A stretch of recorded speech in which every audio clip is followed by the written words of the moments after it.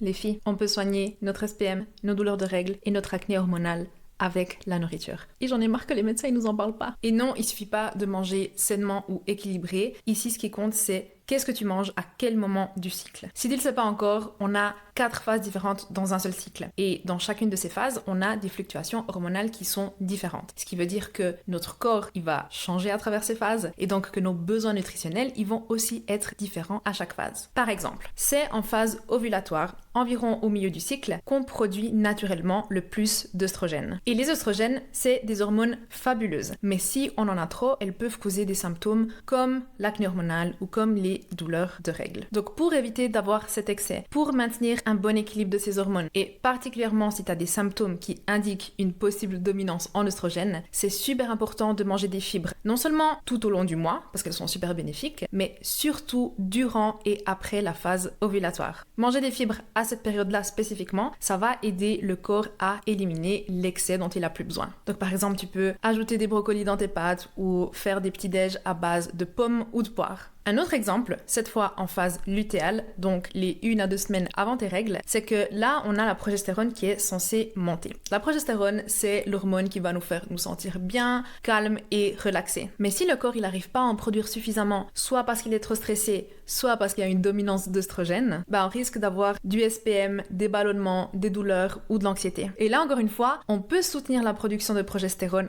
avec l'alimentation en mangeant des sources de glucides complexes comme les pois chiches, le riz brun ou les patates douces. Et ça, c'est la magie de la synchronisation du cycle et de manger selon ces phases. Si tu veux commencer cette pratique et commencer à soigner tes hormones naturellement, comme je l'ai fait, j'ai créé un guide gratuit avec des listes d'aliments à manger selon chaque phase du cycle. C'est littéralement le PDF que je prends toutes les semaines avec moi en course et ça rend le processus 1000 fois plus simple. Je te laisserai le lien dans les commentaires.